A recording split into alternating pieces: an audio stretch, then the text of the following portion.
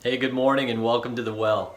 My name is Tony. I'm one of the pastors here on staff, and it's my privilege to just welcome you here this morning, wherever you might be, even whenever you might be. I'm so glad that you're here now with us. Even though we're not physically together, this is something that we hope we are, in a sense, in a very real sense, doing together, gathering, coming to worship, to learn, and to invite the living God to speak into each one of our lives and into our lives as a community.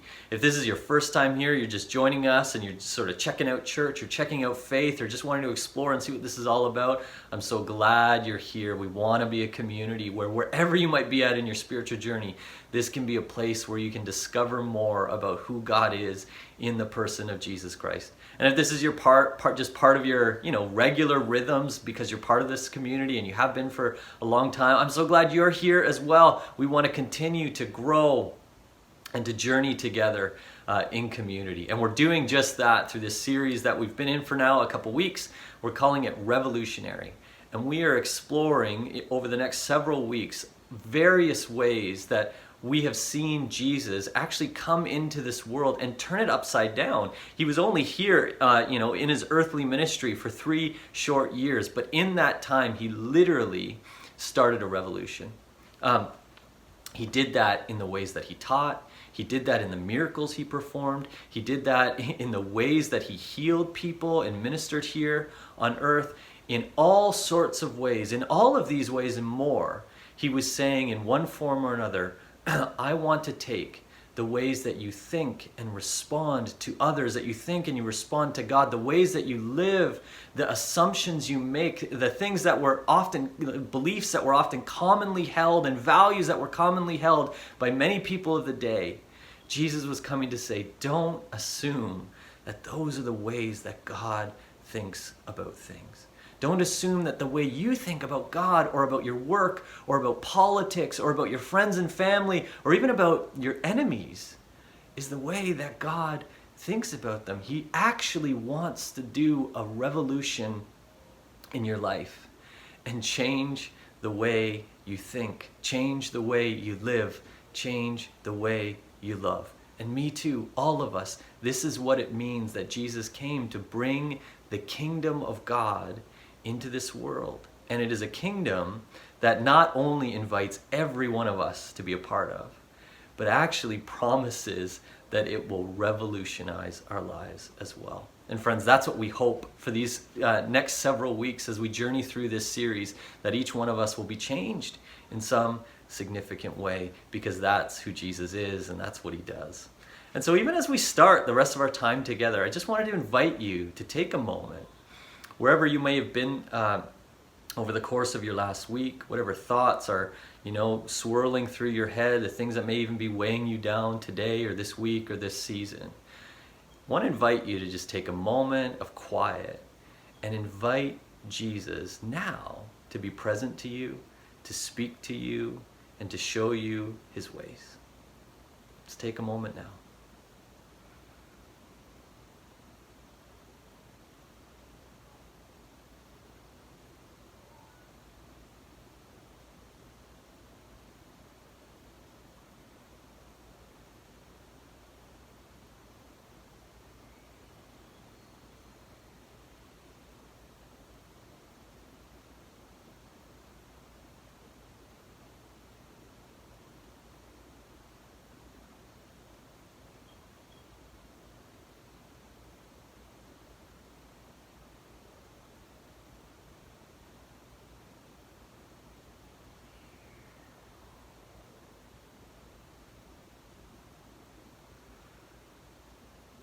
Let's dig into the rest of the service, friends.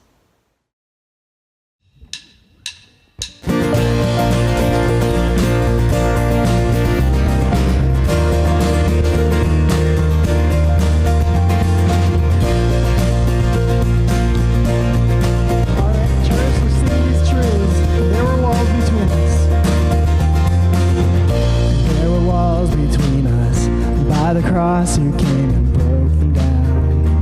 You broke them down. There were chains around us. By your grace, we are no longer bound. No longer bound. You call me out out of the grave. You call me into the light. You call my name and then my heart came alive. Your love is greater. Your love is stronger. Your love awakens, awakens, awakens me. Your love is greater. Your love is stronger.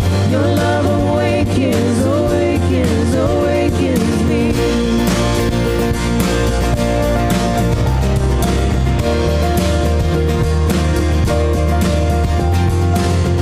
I feel the darkness shaking.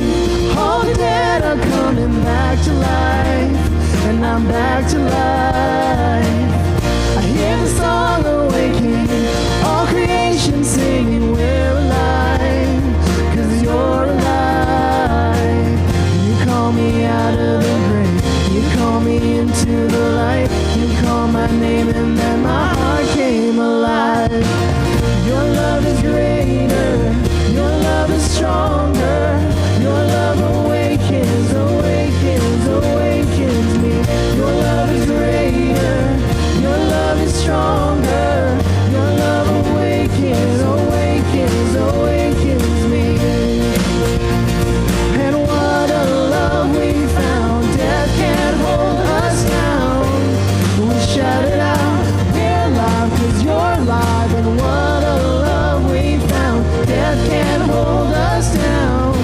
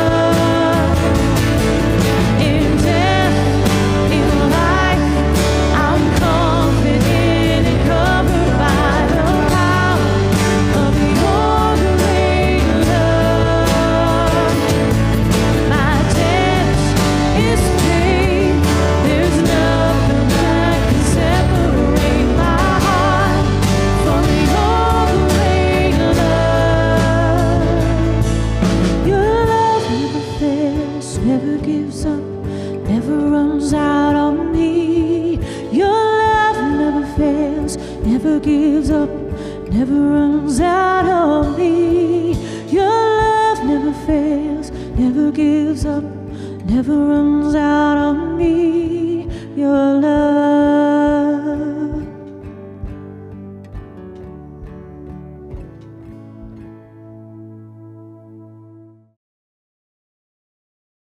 Hey, welcome to Church at the Well. We are a couple of weeks into a series called Revolutionary, 3 years that turned the world upside down.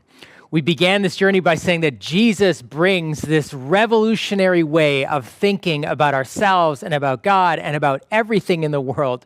And it was a revolution that began with his death and resurrection and changed the world.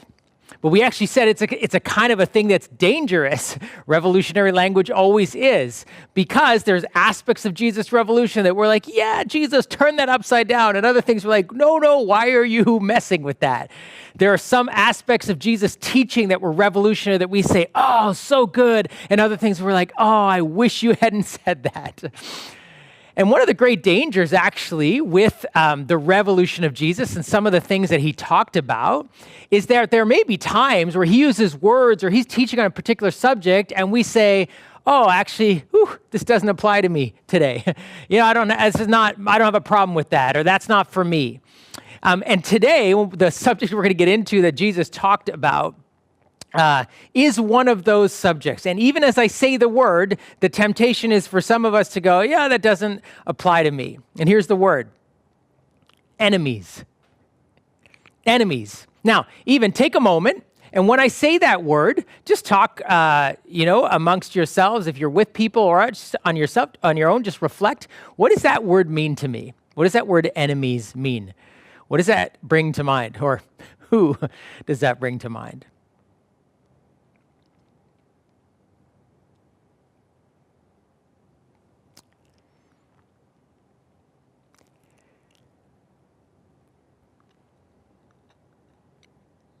Now, the reality is that, as I said, even as those words come on the screen, you might think, oh, no, that's not me. I don't have any enemies. I'm good. Others of you may have a face or a group of people come to mind. The truth is, let's just broaden this terminology around enemies and realize that kind of we're all, in a sense, this is something that relates to all of us. Some of us can indeed say, yeah, I feel like there is an individual in my life who has it out for me, who's making life difficult for me, who seems to overtly or subtly be attacking me. Or maybe a group of people. Maybe there's a bully. Maybe there's a group of people at school or at work or in your extended family, a subset of people that you're close to that seem to always be poking at you and jabbing at you and trying to sort of attack you or criticize you. But maybe even if we think about it, it's not necessarily an individual or a group of people, but we might say, oh, the system that I'm in, the government or the workplace that I'm in or the environment that I'm in is toxic and it grinds you down and it mistreats us as a community of workers or people or ethnic group. We might feel like that racism is a part, like we are on the wrong end of that we are in a sense enemies in other people's eyes, and that is a very real thing for many people. So they might say, no, it's not a certain person, but I feel like there are people against me or out to get me or who think poorly of me. And then maybe we can all relate to, at least sometime in our past, someone who's done something to criticize us, to harm us, who had it out for us, or who used words or actions and it hurt us deeply. I think that's true for many of us, that there may be faces and names and situations and people and environments that come to mind when we think about enemies. But maybe if we actually think about our reactions to this, we'll see we're all a part of this, because there are two sort of very different, but in a sense equal reactions to this idea of enemies. It is a violent reaction or passive non-action. And I think actually, if we think about it for a moment, we could probably all find ourselves in this. Some of us, we are engaged in violent reaction towards our enemies. Now, if I say the word violence, you would think, no, I've never shot a gun at anyone. I've never hit anyone. That's not what I'm talking about. But violent reaction is this reaction to people who are hurting us or against us with an intent to do harm or to fight back. And usually these days that happens with our words. I mean, certainly The internet in general, but email and social media and texting has made it very easy to react quickly to what other people have said against us or against our people or against our group or the environments that we are in. And so if we are intending to do damage, if we are intending to respond in that sense, there can be some violence associated with our words. And some of us have that reaction that we are responding, we are reacting with violence. And even if you want to look at it more subtly, sometimes our violent reactions in the sense of to do harm looks more like a passive or a subtle approach of cutting someone off, of talking about someone behind their back, never allowing or acknowledging anything good about them. Taking opportunities to talk about them to other people, or just even harboring resentment or anger or bitterness in us. It is, in a sense, an act, even bitterness or resentment or cutting ourselves off from someone, giving them the cold shoulder, is an action which intends to do harm, to hurt the other person the way that they've hurt. Oh, fine, you do that to me, that's how I'm going to treat you. There can be that violent reaction to the enemies or the systems or the people in our lives that we felt like have done or are doing us harm. But then the other side, opposite but equally dangerous, is passive non-action.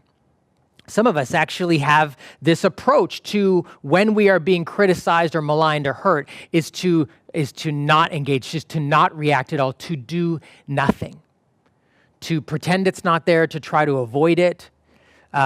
Some of us grew up in homes where that's what we were told was the right thing to do, was to not engage. Certainly, some of us maybe grew up in faith contexts where the idea of what it meant to be a good person of faith or a godly person was to not react. Some of us grew up in cultures where you don't engage with conflict. You avoid confrontation at all costs. Non-action is the only response to attack, to persecution, to enemies. And let me just say this, and maybe in some cases we're sort of violently reacting, in other cases we're passively non-acting, maybe some of us are always one or the other, we find ourselves somewhere in the spectrum. Let me just say this, that both reactions are equally dehumanizing. Both reactions make us less human. When we are violently reacting in a sense, and we can see this, and maybe we can see this in history or in people around us or even in our own lives, in a sense, we actually become the very thing we hate. Hate breeds hate. Anger breeds anger. Hostility breeds hostility. Racism breeds racism. There is a counterattack. We can see that we can get sucked into that a violent reactive approach actually makes us less human. If we feel like we are being treated in a less than human way, sometimes our violent reactions actually pull us into the same dehumanizing responses. But maybe harder to see, but equally true. Passive non-action is also dehumanizing. To disengage, to distance ourselves from reality, from what's actually going on, to avoid it, to pretend it's not there, to minimize it or downplay it, is a sense disconnecting us from reality, making us less human. And it also actually can lead us in a passive response to humanity, saying that doesn't matter, or that doesn't matter enough for me to do anything about it. It is actually dehumanizing everybody involved. And so either response, either extreme makes us less human and does damage not only to the world, but to ourselves. I mean, one bit of good news in this is not new. The world that Jesus came into, the world into which Jesus brought his revolution, was equally divided, was a world in a sense full of enemies. Certainly the Jewish people that Jesus came to, and he was a Jew, and the family he was born into had a very real and acute sense of enemies. People who had come in and taken over their land, as we said last week, who had basically seized it through military force, through bloodshed, and then heavily, oppressively taxed the people to fund the empire and the military that was oppressing them. It was a brutal way. They were very clear on who their enemies were. And there were many people who wanted, violent reaction in response. There was a group of people called the Zealots. They were the ones they were the freedom fighters. They believed that the only way to deal with oppressive, violent force is to meet it with violence in return. The only way to defeat an army was to raise an army. And so there were people who wanted that kind of violent reaction. And even some of the Jewish leaders who themselves probably wouldn't have taken up arms or got involved in the actual battle, they very clearly had a world that said, these are the people that God loves, and he despises those enemies. He despises the Romans. He despises the tax collectors who were Jewish people who had joined the Roman occupation by collecting taxes from their own people. Those people are enemies. Even people from different ethnic backgrounds. They were very clear on those things. And then there were others in that world who basically had said, hey, this is just the way it is. We disengage, we don't bother. Try not to rock the boat, try not to get yourself killed. Just deal with life the way it is. This is the way it is. This is the world that Jesus came into. And into that world, Jesus brings this message, repent, for the kingdom of heaven is near, which would have been loaded revolutionary language. People who would, certainly the ones who wanted a revolt, who wanted a violent resistance, who wanted to overthrow, their ears would have gone up and said, what? And the more they saw Jesus and the kind of power and authority and ability he had to draw a crowd and to motivate people, they would have been thinking, yes, this is time. We're going to overthrow. This is what kingdom means. He's bringing a revolution. Which is why very early on in Jesus' teaching, as he began to gather his followers, he addressed this issue of enemies to a world, to a people who were either wanting violent reaction or who had, just acquiesced and accepted passive non-action. Into both of these unhealthy but very present and understandable extremes, Jesus begins to teach on the subject of enemies. And I want you to listen to what he says his revolution is about when it comes to our enemies. You have heard that the law of Moses says, if an eye is injured, injure the eye of the person who did it. If a tooth gets knocked out, knock out the tooth of the person who did it. But I say, don't resist an evil person. If you are slapped on the right cheek, turn the other too. If you are ordered to court and your shirt is taken from you, give your coat too. And if a soldier demands that you carry gear for a mile, carry it 2 miles. Give to those who ask, and don't turn away from those who want to borrow. You have heard that the law of Moses says, love your neighbor and hate your enemy. But I say, love your enemies, pray for those who persecute you. In that way, you will be acting as true children of your Father in heaven, for he gives his sunlight to both the evil and the good, and he sends rain on the just and the unjust too. If you only love those who love you, what good is that? Even corrupt tax collectors do that much. If you are kind only to your friends, how are you different from anyone else? Even pagans do that. 2,000 years later, these words of Jesus are still so revolutionary. To the point that if everyone in our world, if every person who calls themselves a follower of Jesus took just these 10 verses, these few verses, and listened to them, our world would be radically changed. And yet, we all know, as we said, the revolution of Jesus is difficult. It is universally appealing and repelling. And so we want to get into this passage and say, what was Jesus saying to us and what was he offering to us in a world polarized by violent reaction and passive non-action? What was Jesus saying about enemies? He says, and he begins actually with something so profound, a profound statement. He says this, you have heard it said, eye for eye, tooth for tooth. Maybe you didn't know that that's where this phrase came from, actually. When Jesus says, you've heard it said, who said eye for eye, tooth for tooth? God. God had said it. He was actually referencing Old Testament Jewish law. Now, in case we think, God was advocating violence, actually, eye for eye, tooth for tooth was something that was meant to curb retaliation and limit violence.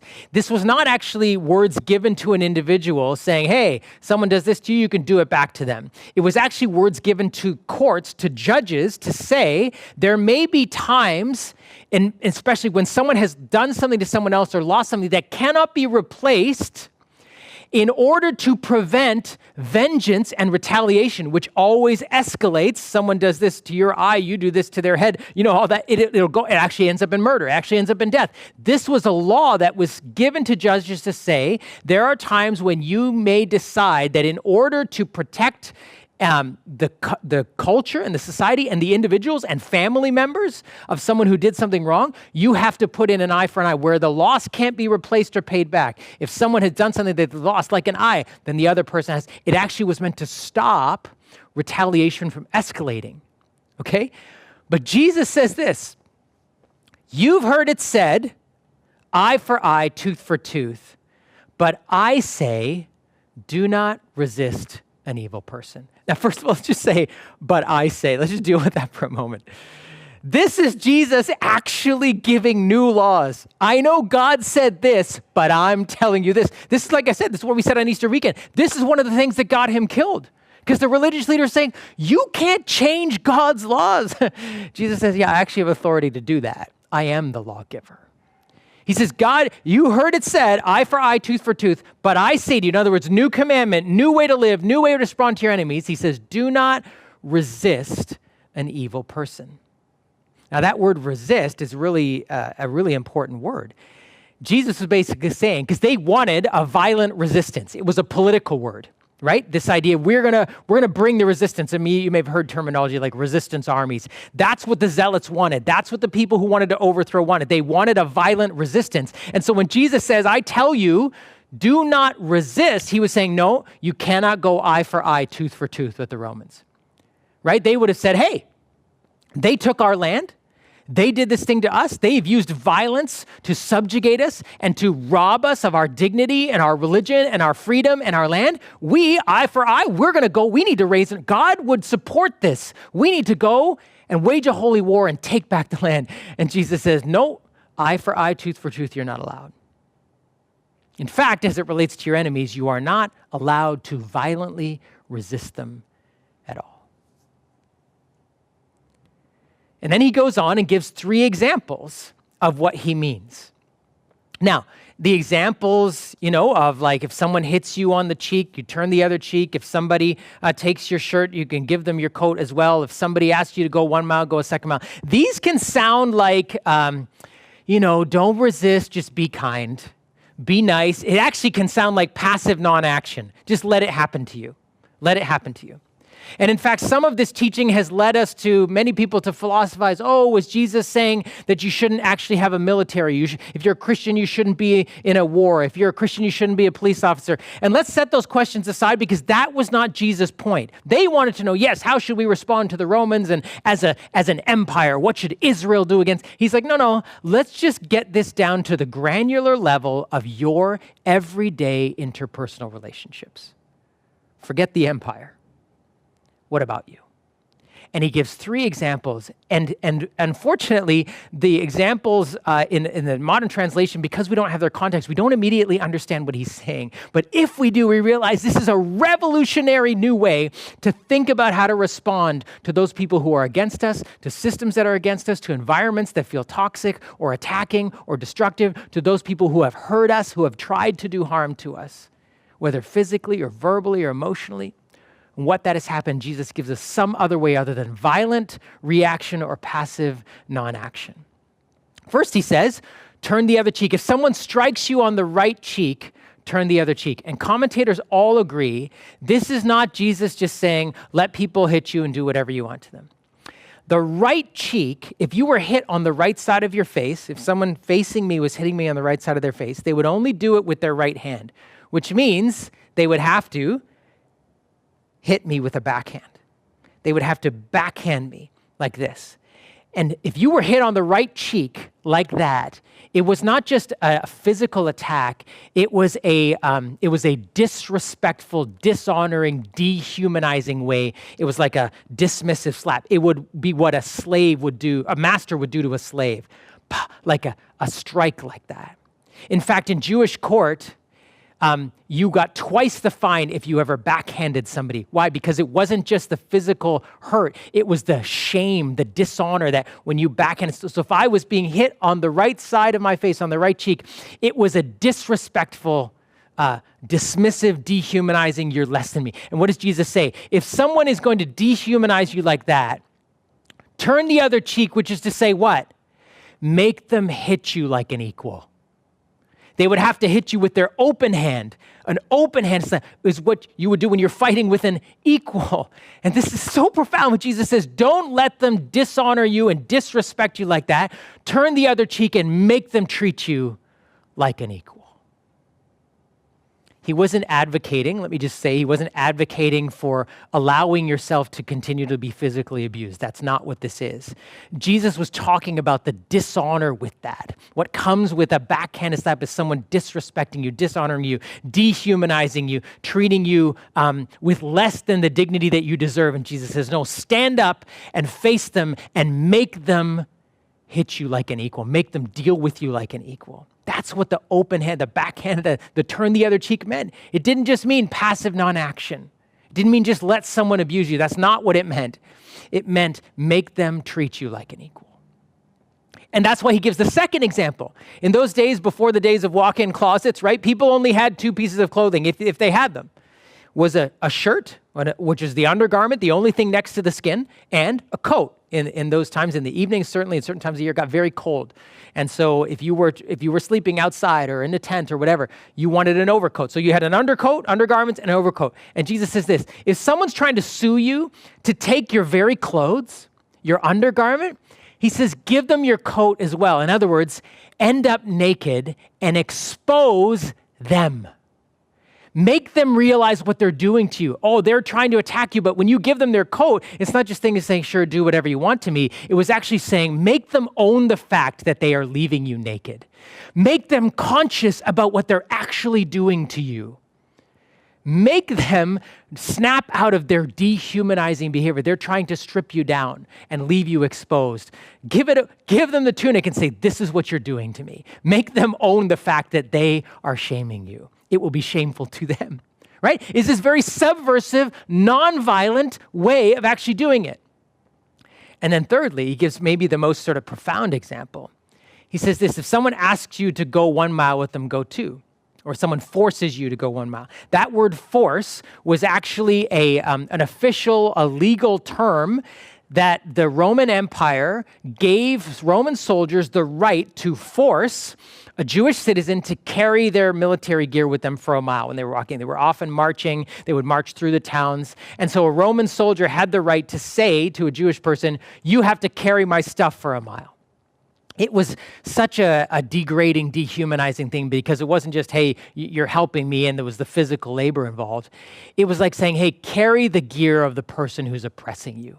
Help the person who's making your life miserable. Carry the very weapons that have been used, maybe to take the life of your brother or to keep you and your whole village and your whole town under control. It was a way of grinding the people down, saying, I own you. You work for me. You know, I have power over you. Jesus says that's what happens in the first mile.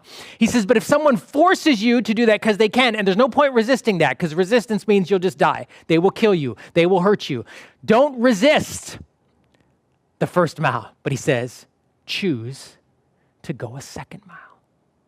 In the first mile, they own you. They have power over you. But at the end of that first mile, when you say, don't worry, I'll carry it for a second mile, now you have broken their power over you and you are choosing by your own will to do something for them. It's this subversive way. He's not saying just subjugate yourself, do nothing against power. What is he saying? Don't let power rob you of your dignity as a person and your right to be able to choose. And he says, when you choose to carry it the second mile, now all of the power that person had for you in the first mile is broken. Right? The resistance, the violent resistance they wanted was a dehumanizing. For you to strike back someone who strikes you on the cheek. For you to try to take clothes from someone who's trying to take from you. For you to resist a Roman soldier, to spit on the ground, to grudgingly carry it, and then at the end throw it on the ground or whatever, give it back to them and seething in anger the whole time. All of that, what does it do? It just dehumanizes you. And you end up treating the other person the way they are treating you. Jesus says, no, when you subtly, non-violently, but very actively. This is not non-violence is not non-action. This is very active engagement with enemies. You are breaking the power they have over you, and you are at once humanizing and dignifying yourself and making them more human. Like think about even in the example of the soldier and the gear. You know, in the first mile, someone can be walking along saying nothing, probably saying nothing, angry at their oppressor, seething with rage, so frustrated at the system and everything that would allow them to subjugate you and dehumanize you and treat you as a lesser person. But what happens in that second mile when you choose? You are now an equal. And maybe the conversation actually starts in that second mile where the person says, "Why are you doing this for me?" Or even if they never acknowledge it, maybe that Roman soldier on the inside is saying, "Why am I oppressing somebody who is actually serving me?" You see what you're doing? You're not only breaking the power the system has over you, you are trying to break the spell that the system has over your oppressor, because in many ways, the people who are oppressed are acting out of a system that taught them this is how the world works. And when you and I follow the way of Jesus and we turn it upside down with this subtle but strong and powerful response to power and enemies, we are changing the world. It takes back your humanity and your dignity, and it humanizes the other person. But Jesus goes on. This isn't just about protest. This isn't just about standing up for our dignity and our rights as a human being. This isn't just about standing up to power, speaking to power. He goes further. He said, now that you have taken, or as you begin to take more steps to humanize yourself and dignify yourself and the other person and your enemy and your oppressor, he says, now you are free to actually choose to love them. And this is where he ups the ante. He says, you've heard it said, love your neighbor and hate your enemy. Well, who said that? I mean, God didn't say that. God said love your neighbor in the Old Testament law. But there was probably, commentators agreed, there's probably sort of a rabbi tradition in those days where it was saying, okay, yeah, you can love your neighbor, but you're allowed to hate your enemy. You're allowed to hate the Samaritans. You're allowed to hate the Romans. You're allowed to hate the tax collectors. You're allowed to hate all of these other people who are not like you, who are against you, who are against your family, or your family's had a long feud with, or who are outside your family. That's permitted. And Jesus says, now I'm telling you, love your enemy. Your enemy. And he says, love them, pray for them, bless them, which is to say, I want you to see your enemy as someone to serve, pray for, and bless. I am changing how you're viewing this person. Not only are you viewing them as an equal, but you are now actually free when you begin to view yourself with dignity and them with dignity. When you begin to subvert this dehumanizing way of treating each other, now you are free to love them. And love them means you serve them, you pray for them, and you bless them.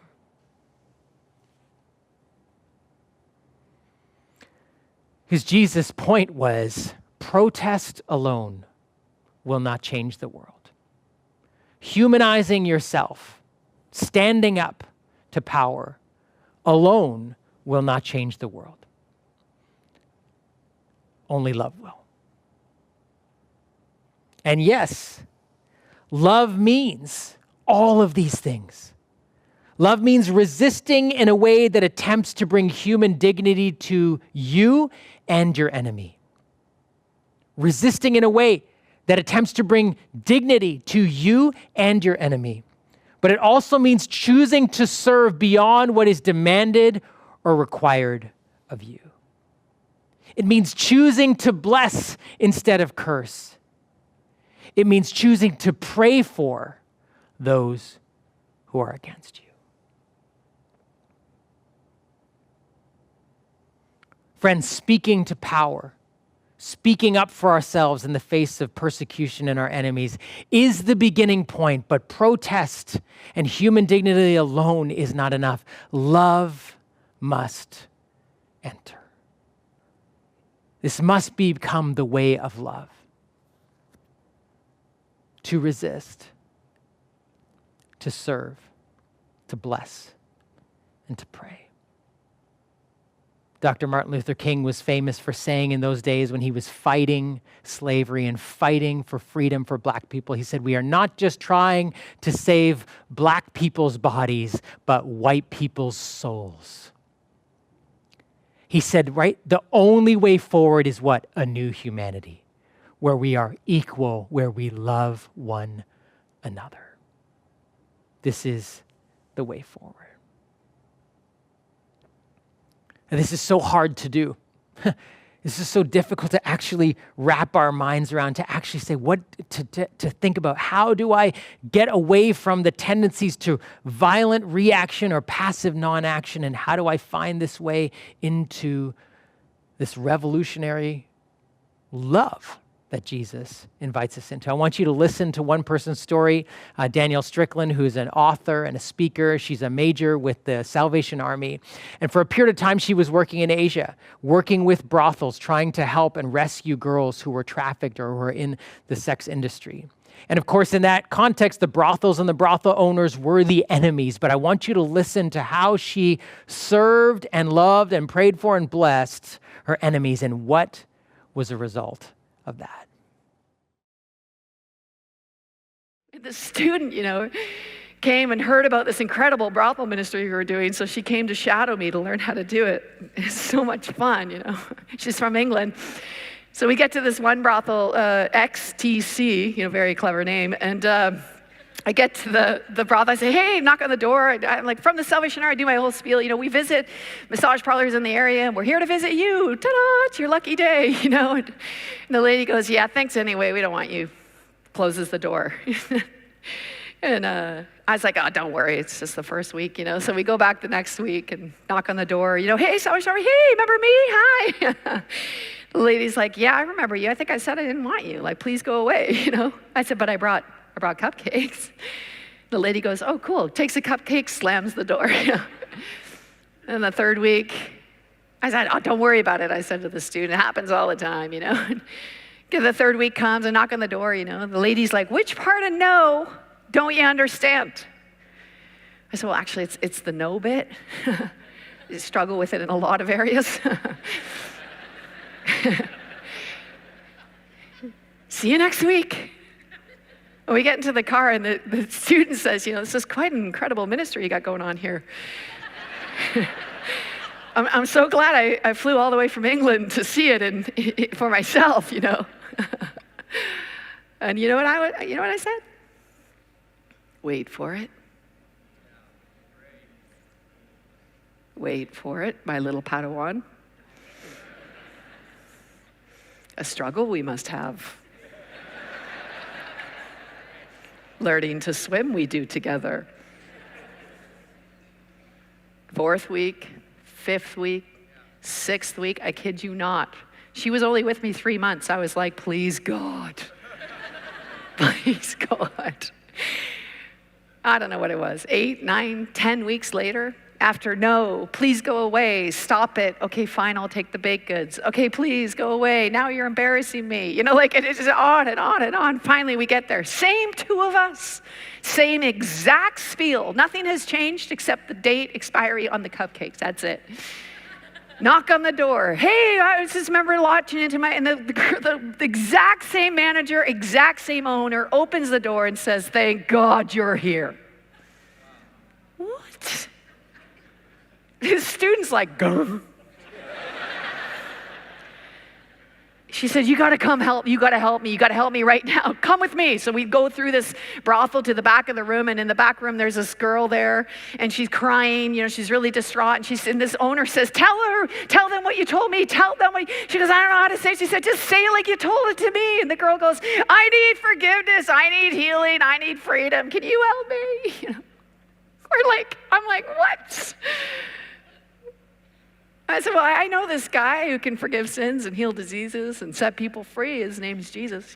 I know he can help you. That's why I've come over and over and over again. That's why I show up. Friends, loving your enemies is a very practical thing. It's not a philosophy to debate. It is a way of life that Jesus invites us into, to whoever happens to be in front of us. And so what does that mean for us as we deal with and live in a world where we or people we know have enemies, people and systems and groups and individuals who are against us, who are out to hurt us, who are criticizing us, maligning us, working against us, or working against, criticizing, maligning, hurting people we know? Well, I think maybe there's two groups of us, and so I want to speak to one group. For some of us, We need to use more words and have less silence. What I mean is, for some of us, we need to speak up. And that may be in our workplace or in our school or in the environment that we are in. To use our words to actually, to realize maybe I've been too silent. I've been too scared to engage. I've been taught not to engage. I've been taught not to speak. And for some of us, we need to speak up and say, I'm not okay with the way I'm being treated. It's not okay with the way we are being treated. And whether you need to be a voice for the people you work with or the people you live with, or however that works, that you need to say, that it's a speaking up, saying, I'm not okay with this.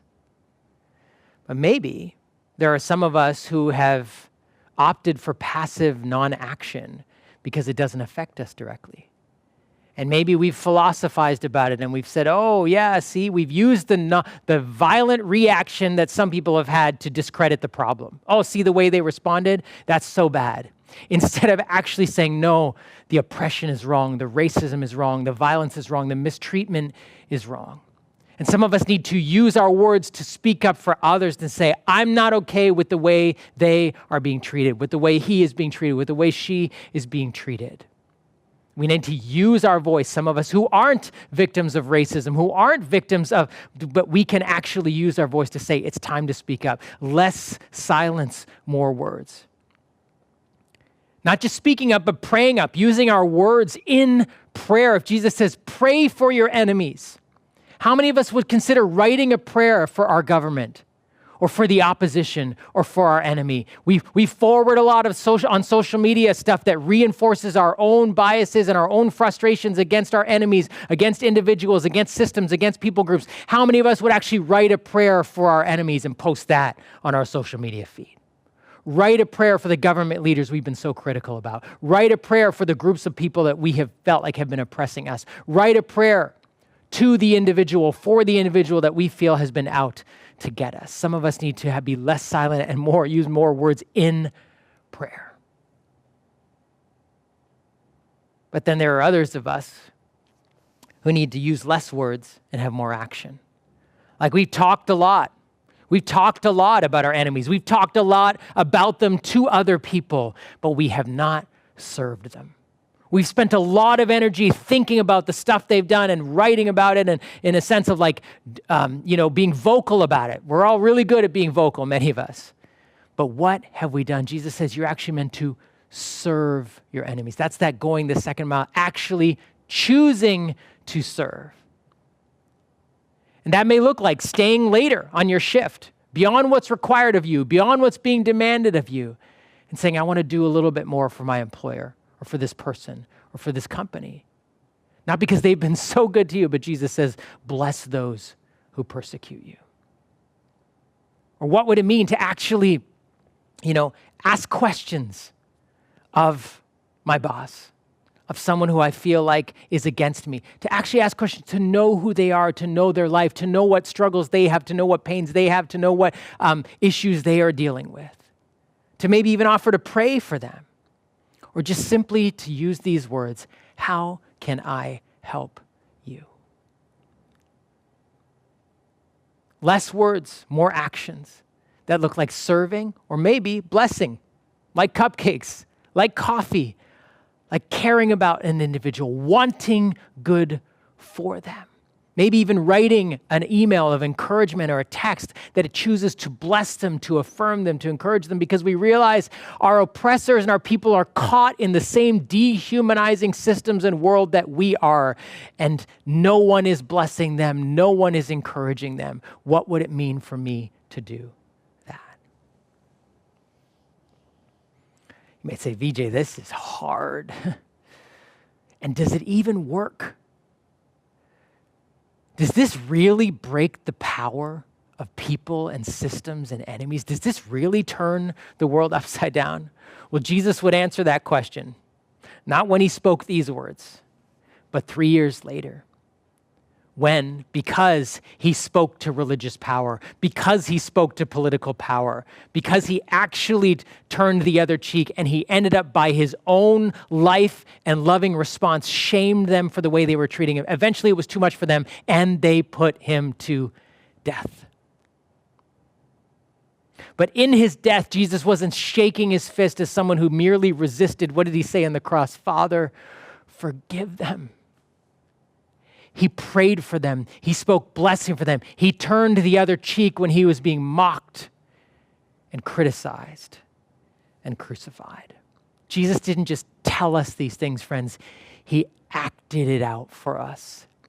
And through his death, we see what it means to love your enemies. And yet, 3 days later, when he was raised to life, his resurrection proved that love is stronger than hate. Love is stronger than your enemies. Love is stronger than death itself.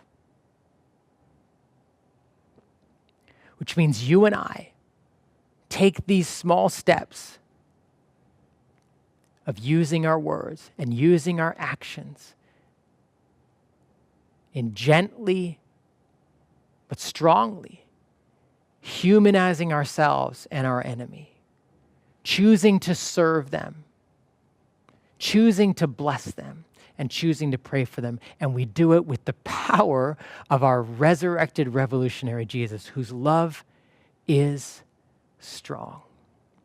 And so I want to invite you just to respond to this through a song that's based on the Lord's Prayer that the band's going to sing for us. And it's called Your Love is Strong.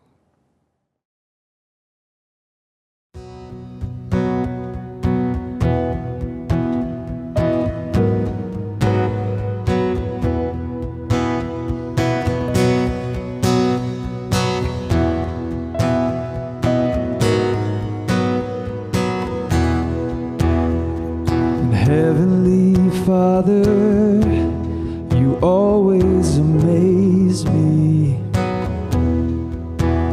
Let your kingdom come in my world and in my life. And give me the food I need to live through today. And forgive me as I forgive the people that wrong me. Lead me far. Lead me far from temptation and deliver me from the evil one.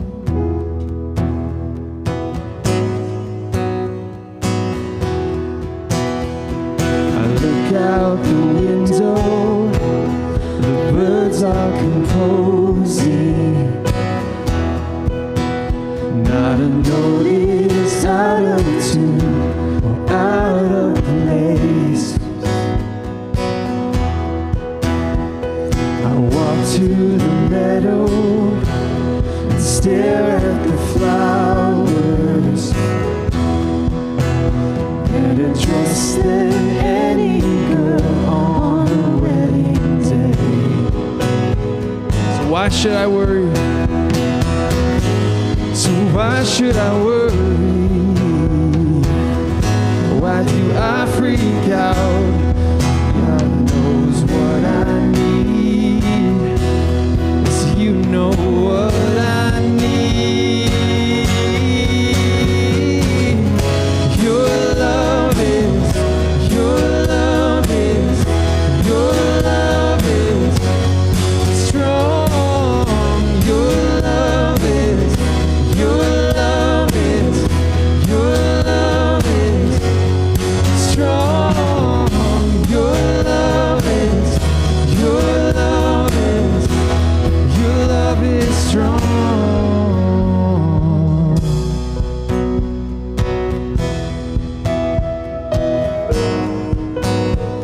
The kingdom of the heavens, kingdom of the heavens is now advancing. Invade my heart, invade this broken town. Yes, Lord. The kingdom of the heavens is buried treasure. Would you send yourself to buy the ones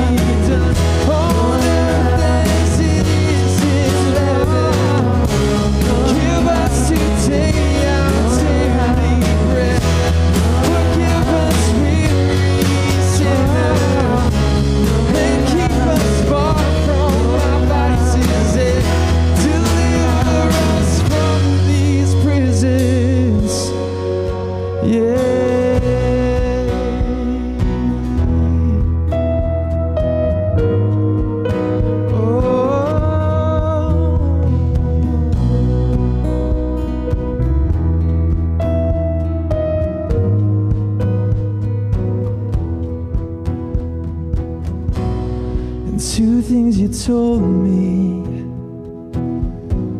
that you are strong and you love me. Yes, you love me. Two things. And two things you told me, that you are strong and you love me. And yes, you love me.